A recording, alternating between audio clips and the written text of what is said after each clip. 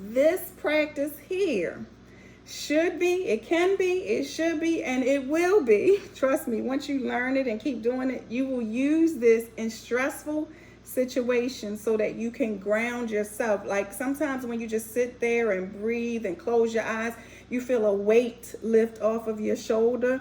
That is the object of this exercise, and I hope you guys felt that. All right, next time you are in a tense situation, go ahead and just take a few seconds to pause, to breathe, to check in with your emotions before you need to respond. Maybe after reading an email, you want to jump and fight. No. Pause, okay? You'll be amazed at the difference that it makes, okay? I'm also going to challenge you to do some self-awareness journaling.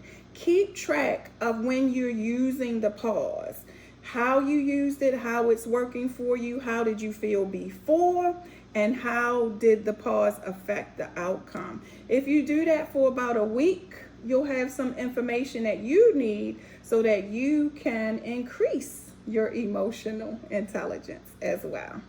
Now, I'm going to go just a little bit faster because I got a lot to cover.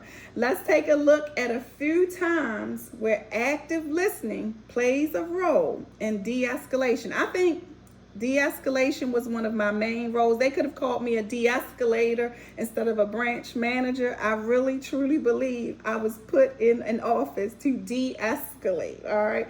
So let's take a look at a few of these situations that you've run across, I'm sure. The very first one, an agent was upset. They had a difficult client who constantly changed their minds. There was multiple delays. The transaction felt impossible. The agent reached out to you. They were overwhelmed and they were ready to give up. So think about how active listening may help in that situation, okay? If we were in person and we had more time, we would have some discussions. We would play these out, but I'm going to keep going. And if we have time at the end, I'll come back and then we can work through these and how active listening would solve some of this and with how the de-escalation of these would go.